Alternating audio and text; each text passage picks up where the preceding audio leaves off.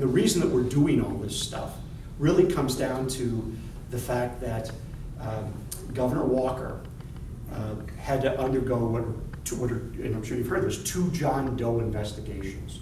The first investigation, shortly after he became governor, investigated activities that occurred when he was the Milwaukee County executive. And 6 people that worked for Governor Walker when he was county executive Walker were criminally charged and convicted, by the way, using the John Doe process. And that John Doe process uncovered things like 2 of his folks stealing veterans' money, one woman doing campaign fundraising on the county executive time, another woman making fundraising calls on county time, a guy who gave Walker a lot of money because he supported Walker illegally. So these crimes were all discovered using the John Doe process. That investigation also led to the John Doe 2 process, which is the heart of why we're doing all this, why I'm even talking to you tonight. The John Doe process began right after Governor Walker's recall election in 2012. And what it was looking into was something called illegal coordination. Under Wisconsin law, if you are a candidate and an outside group is helping you, that you can't have any contact with that outside group. That's called coordination. That's illegal under Wisconsin law. It's illegal for those vote for, vote against type of communications. If that group, typically WEAC, for instance, they run those types of ads. A lot of labor unions used to run those types of ads. They were disclosed. You couldn't communicate with those groups. They were independent expenditures. That's why they're called independents. But Wisconsin law also said that you couldn't communicate with those groups that ran the Chuck Ogg is bad for your schools, the issue ad groups, because you were receiving something of value by doing something, by coordinating with them. And so that was against the law in Wisconsin. So Walker, under the John Doe investigation, they were looking into the coordination between Scott Walker and a huge entity called Wisconsin Club for Growth, and another entity which Wisconsin Club for Growth funded called Wisconsin Manufacturers and Commerce, the state's largest business group. And they were suspected, we don't know yet because the investigation was never completed, although I can tell you it's probably happened. But the investigation was to see if there was this illegal coordination. And by the way, Club for Growth spent about $10 million for Governor Walker's reelection. And it's interesting because the John Doe process and the investigation wasn't undertaken by partisans. The Republicans all tried to pin it on John Chisholm, who's the district attorney of Milwaukee County. In fact, the investigation was undertaken by 3 Democratic district attorneys, 2 Republican district attorneys, and a Republican special prosecutor. There was nothing partisan about the investigation. But the right, Vicki McKenna, and then the Wall Street Journal editorial board, and the National Review, and all the other entities, Charlie Sykes, all these folks decided it's going to be Chisholm. That's who we're going to concentrate our fire on. So they've tried to blow this thing up to be a partisan witch hunt. And you've heard the stories, I'm sure, or read about these midnight raids, these assaults on these poor victims who were only exercising their First Amendment rights, battering rams coming into the night, children being terrorized. All made up, all manufactured. There is almost no truth whatever. The truth is that police do come early in the morning and they do come in your house. That's to seize evidence. But the battering rams, no. The assault on poor children, no. That was all manufactured hype, and it was repeated over and over again in the right-wing echo chamber, so that it got a lot of people incensed that this was a terrible thing.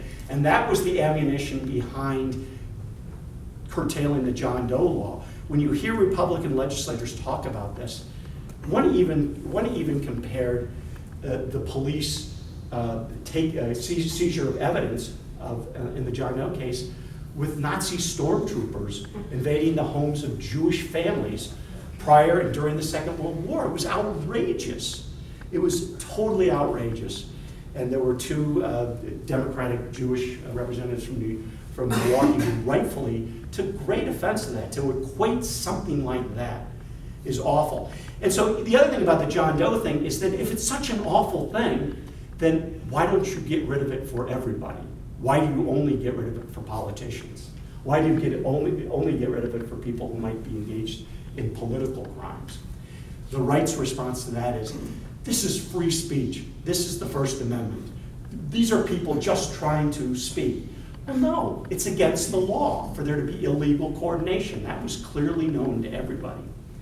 So the John Doe law already signed into law.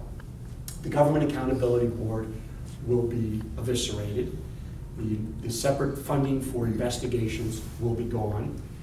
That if there's any funding, and here's the particularly outrageous thing about the John Doe and the GAB thing, is that under the John Doe, they found out through the first investigation of Walker in the Milwaukee County Executive's office about the other crimes.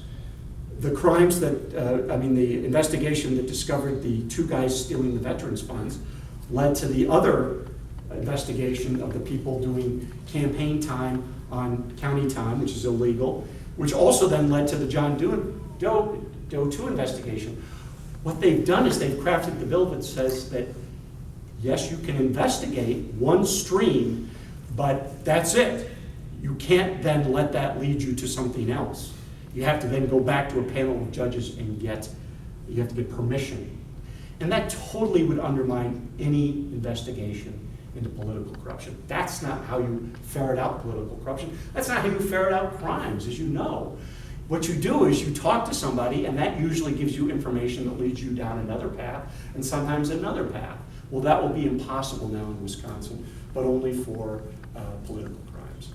It'll still be okay for children involved in trouble in school, the schools that Chuck Hogg is ruining. Okay, so that's withdrawing my candidacy. There you go. Withdraw tonight. Withdraw my candidacy. That's clear. And then finally, the other thing that is going to happen on Monday, and then Walker will likely sign, is that the campaign finance law legalizes the coordination that the John Doe 2 investigation was looking at. That's why I call it the retroactive decriminalization of Scott Walker.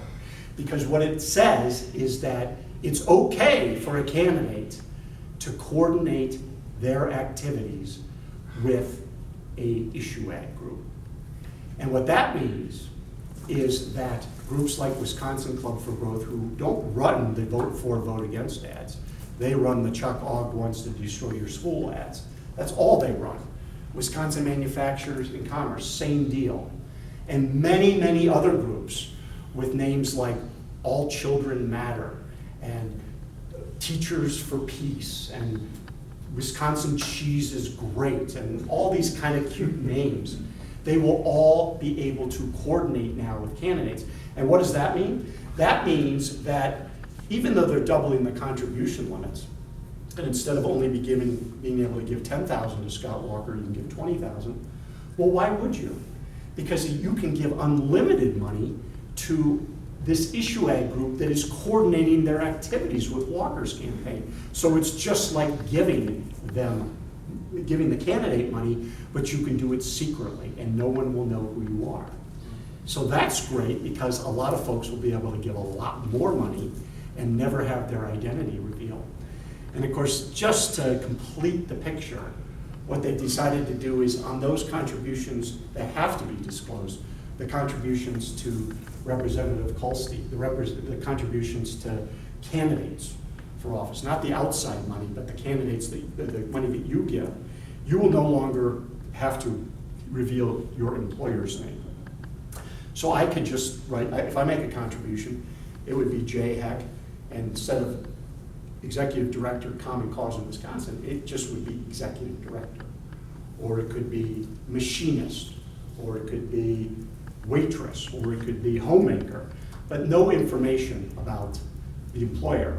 And the reason that's so bad, it is through the employer listing that you're often able to find the money trail about the quid pro quo that happens, about a guy named William Gardner who distributed his own company money to a whole number of employees who gave illegal money through the Walker campaign and during the recall election. So that eliminates that trail. So we'll have less disclosure of the outside money, we'll have less disclosure of the disclosed money, and to top it off, there will be absolutely no limit on the amount of money that can flow to the political parties, but even more troubling, the money that can flow to the legislative leadership. Each legislative leader runs something called a legislative campaign committee. We came very close to getting rid of them in 2002. Not close enough, we came very close. We got rid of the caucuses, came close to getting rid of it. What that allows, the legislative leadership is very powerful in Wisconsin, both parties, and this will make it almost dictatorial because the legislative leaders control these committees and they can use that money to dole out to candidates in their own party or to fund a primary challenge to somebody in their own party. Obviously, they can use that money to help people get elected, which enhances their stature and power. It will crush what little remaining independence there are by rank and file legislators, because they will now be able to take unlimited corporate money to be able to run issue ad groups. And they will have all this money at their disposal. It is, in my view, the legislative caucus scandal on steroids.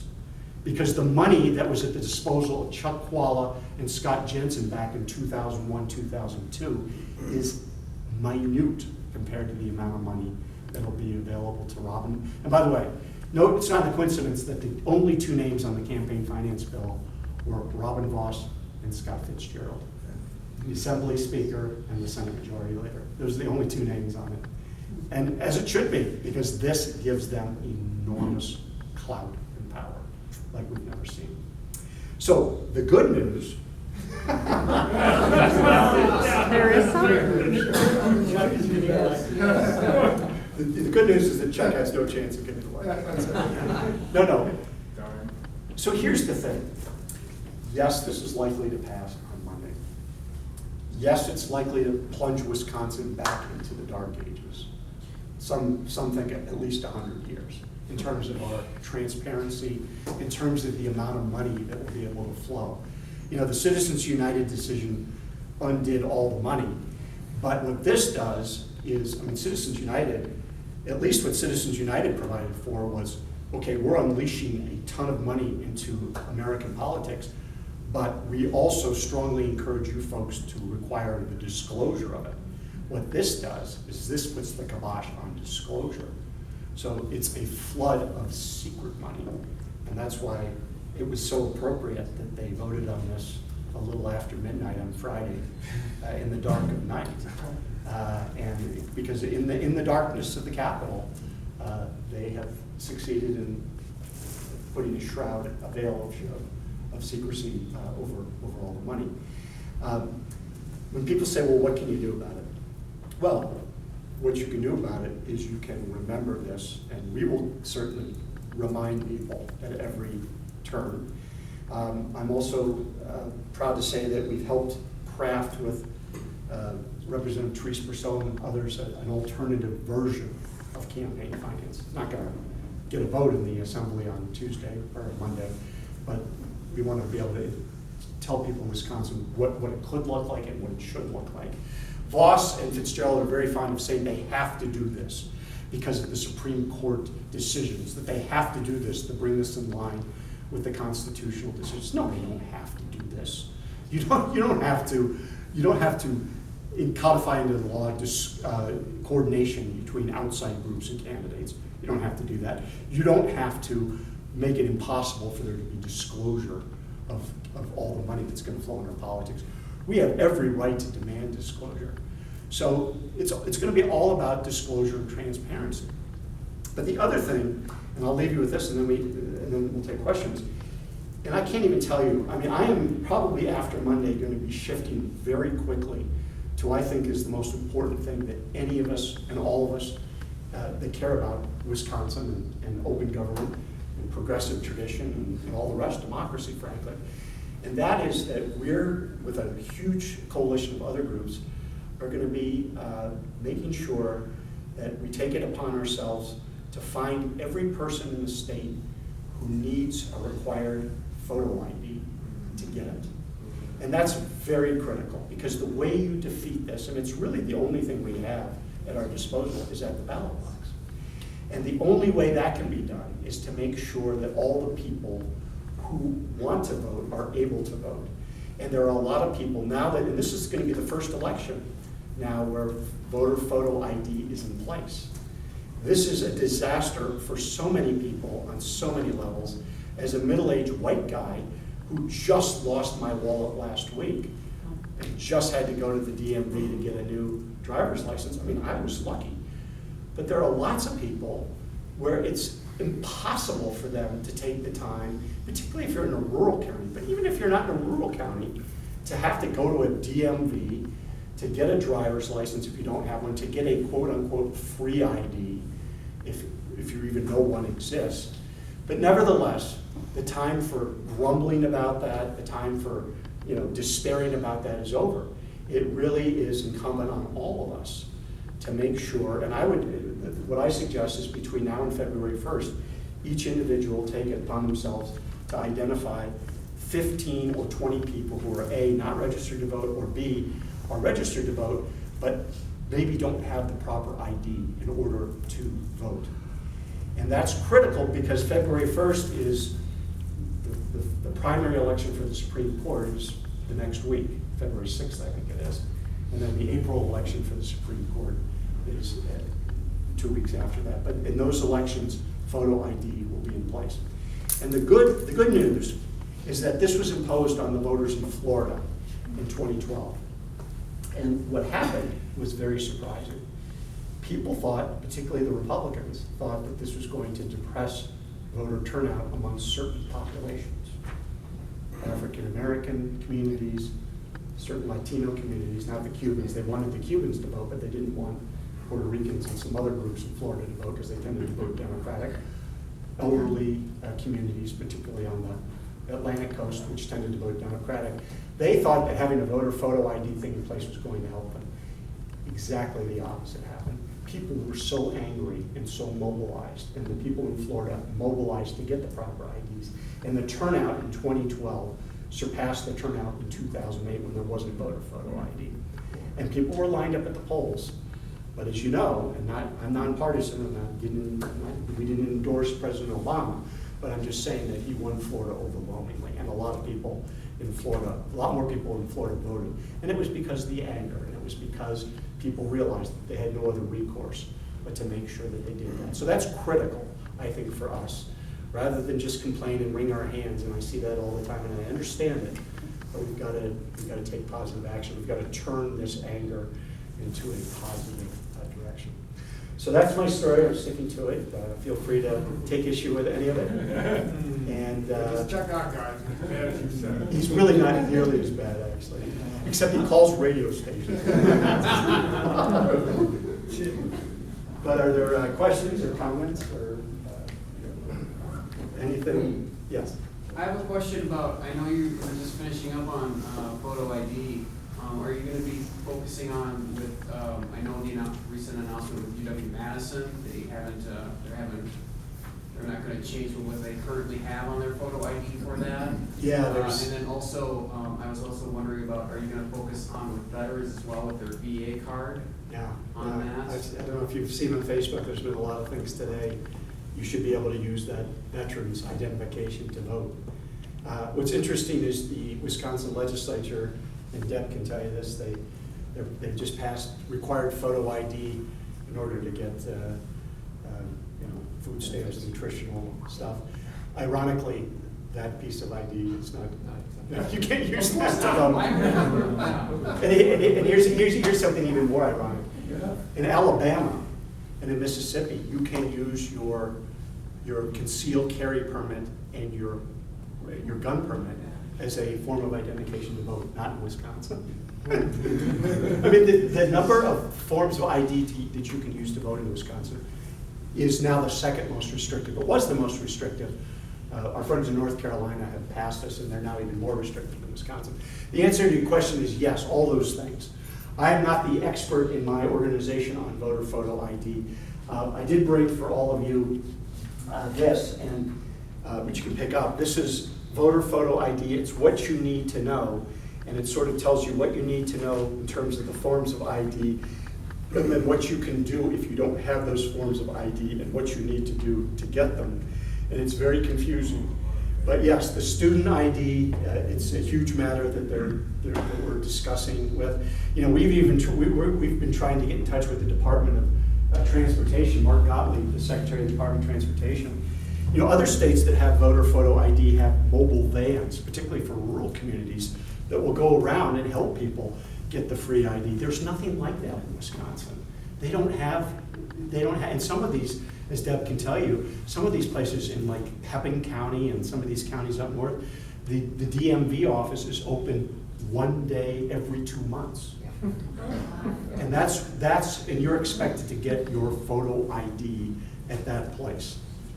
It's going to be impossible, but it's not impossible if people start now and figure out who needs it. And it's just critical. I can't tell you how critical it is. Anyway, yeah. Yes? I know the Midwest Environment Group sues, you know, I was just wondering if citizen groups can pool together and start suing, you know, for different stuff, you know, something looks like a real corruption or something going on. You mean, well, you know, you're talking about just like these laws that they're passing? Yeah, like say there's a 3-3 tie and you think there's something real fishy and, Yeah. you know, some citizen group would have any pennies that he could. Well, I mean, sure. I mean, you always have that recourse to launch lawsuits. Obviously, you know, the legal process often takes a while, so there's that. But yeah, and district attorneys will still be the main investigators of political crime, and they can still initiate investigations into corruption, but rather than being able to utilize the John Doe process, and here's the great thing about the John Doe law that they passed. It would be one thing if they passed it and they applied it to everybody, which they don't. They've exempted political crimes.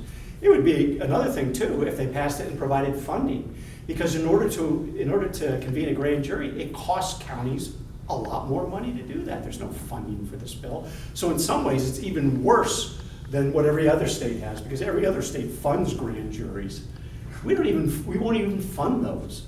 So it's particularly outrageous. So yeah, it's going to require a lot more legal challenge on the part of citizen groups, absolutely. It's particularly with regard to corruption. That's absolutely right. It's going to take a lot of publicity. It's going to take a lot of, you know, calling out people by name, going to the press, holding embarrassing press conferences, all of those things. We're going to have to be much more active citizens as a result of the fact that the Government Accountability Board is not going to be able to do the stuff that they were charged with having to do. Yes, sir? Your information sheet, will that be available online? Yes, we'll have it online at. And can other organizations use it? Yes, in fact, we have it. In fact, the League Group Voters using it with us, a couple others. But yes, you can get a PDF and you can just make a copy of it and run it off as many as you want. Absolutely, yeah. Thanks. So that'll be available too. Yes, sir. Yes, I know with the change from the GAB to these two commissions, I've, in the past, have talked to Mr. Kennedy in GAB with questions. One of my many concerns is if I have a question, am I going to call one of these partisan people, or are they going to have a nonpartisan staff, or how, if I'm an average citizen, how am I going to get an answer on anything? Well, the short answer is that they say they're not going to, you know, so most state agencies are nonpartisans, you know, they're civil servants. The fear, and again, Deb can tell you, with the quote-unquote civil service reform that the state is now undergoing, is that a lot of people that occupy previously nonpartisan positions to provide information to people like you are going to be gradually replaced by people who are more partisan. Yeah, that's what the I fear. idea. So you could get a different interpretation Yeah. depending on possibly their interests. And that shouldn't be the case. No, It shouldn't be that way. And that is a real problem. And again, Deb can also tell you, the whole timing of this is really problematic because they are going to completely transform the GAB next year before June 30th, right in the middle of a presidential election year. And massive chaos is likely to ensue, certainly great inconvenience and confusion. But you know what? Register people to vote. Get people the right forms of ID. It's your only recourse. It really is. It's our only recourse. We just don't really have any other recourse unless any of you could suggest some recourse. I mean, lawsuits are good, all these other things. You know, there is a lawsuit that has some promise, although it's probably not going to be happening until late 2016, that will change the 2011 gerrymander, if indeed the Supreme Court ultimately takes it up, and that's occurring in, Fred Kessler will be talking about that when he comes, it's his baby. You know, Fred's been in the legislature in the 1960s and now, aside from Fred Risser. You know, Senator Risser, by the way, has been the senator for all 172 years. Well, actually, that's not far from the truth. His father was a state senator and his grandfather was a state senator. And they all live on Risser Road. Anyway, any other questions? Yes? I'm just wondering if one avenue might not be to move towards setting up citizen referendum. You know, it seems like in California they've been able to do some things that we don't seem to be able to find a way to do. Yeah, it is a great question. There is a newspaper editor in your area, a guy by the name of Bill Barth, who is the editorial page editor of the Beloit Daily News. And he's kind of a crusty conservative, but a good government conservative. And he really is disgusted